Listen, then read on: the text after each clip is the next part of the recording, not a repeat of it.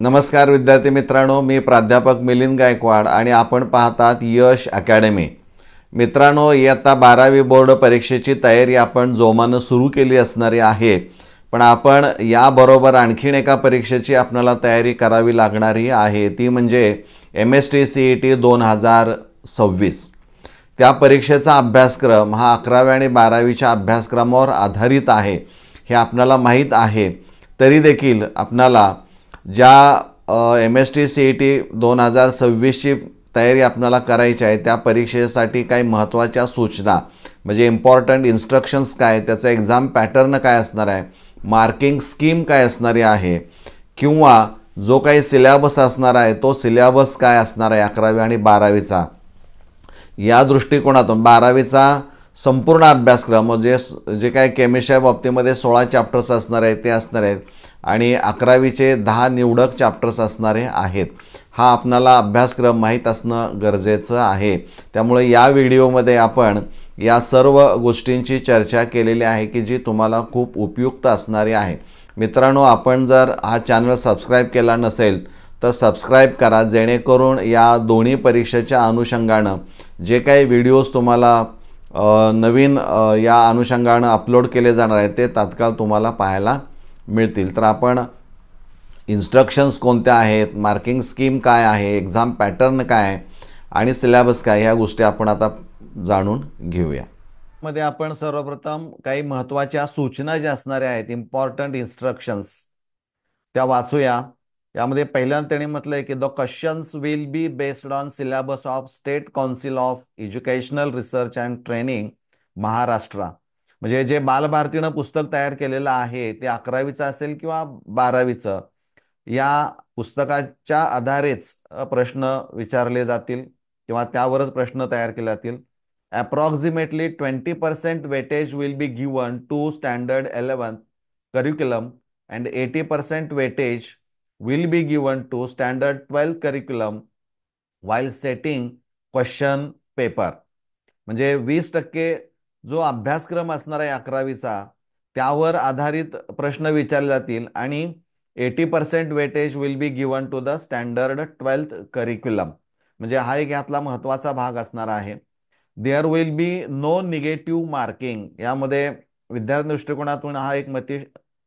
विद्यार्थ्यांच्या दृष्टिकोनातून हा पॉईंट सगळ्यात महत्त्वाचा असणार आहे की निगेटिव्ह मार्किंग या परीक्षेला असणार नाही. However difficulty level will be at par with the JEE main for mathematics, physics, chemistry.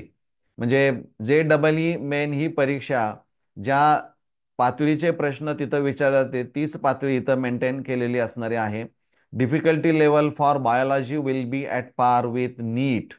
म्हणजे जो PCB ग्रुपचा विद्यार्थी असणार आहे त्या विद्यार्थ्यांच्यासाठी प्रश्नपत्रिकेमधल्या प्रश्नांची लेवल ही नीटच्या जवळ असणारी आहे. The questions will be mainly application based. MST CET will consist of 3 question papers of multiple choice questions and each paper will be of 100 marks. म्हणजे ह्या इन्स्ट्रक्शन तुमच्या दृष्टिकोनातून खूप महत्त्वाचे असणारे आहेत.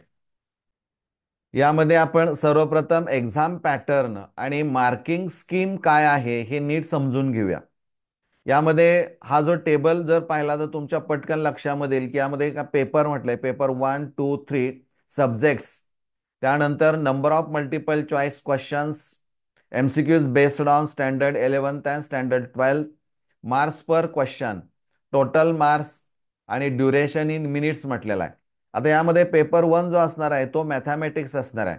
यामध्ये 10 MCQs 11वीसाठी आणि 40 MCQ 12वीच्या अभ्यासक्रमावर आधारित असणारे आहेत.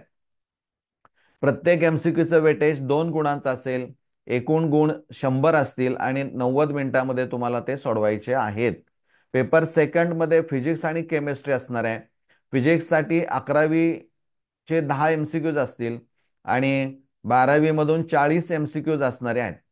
आणि केमिस्ट्रीला देखील सेम आहे, 11वीचे 10 MCQ, 12वीचे 40 MCQ, प्रत्येकी 1 गुण असणार आहे आणि एकूण मार्क्स 100 90 मिनिटांमध्ये तुम्हाला ते सोडवायचे आहेत.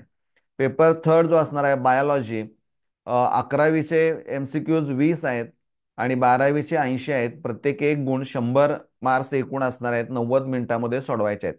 म्हणजे ज्यावेळी तुम्ही केंद्रावर जाऊन तुम्ही ही एक्झाम द्याल त्यावेळेस तुम्हाला फिजिक्स केमिस्ट्री एकत्रित प्रश्नपत्रिका दिसेल आणि तिथं क्वेश्चन आयडी हा वेगळा असणार आहे. ऑप्शन आयडी देखील त्यामध्ये नंबर्स असणारे आहेत.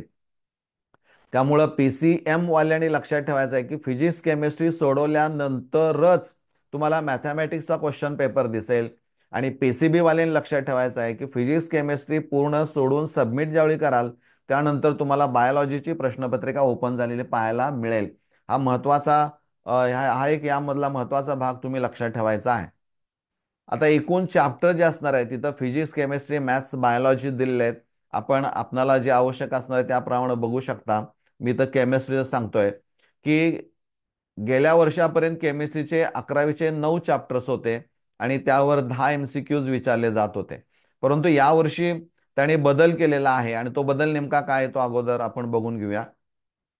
इथं पहा, some basic concepts of chemistry, structure of atom, chemical bonding, redox reactions, elements of group 1 and 2, states of matter, gaseous and liquids, adsorption and colloid, surface chemistry, hydrocarbons, basic principles of organic chemistry and chemistry in everyday life.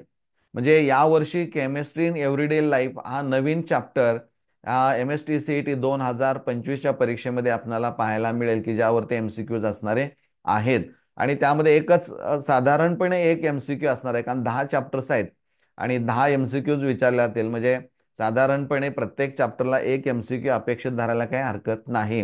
त्यामुळं विद्यार्थ्यांनी हा जो काही अभ्यासक्रमामध्ये त्यांनी बदल केलेला आहे हा बदल आपण समजून घेणं गरजेचं आहे आणि त्या अनुषंगानं 11वीचा जो अभ्यासक्रम असणार आहे त्यामधले सिलेक्टेडच चॅप्टर्स आहेत ते कोणते, त्यावर काय विचारलं जाऊ शकते याच्यावर तुम्ही अभ्यास करणं गरजेचं आहे. धन्यवाद.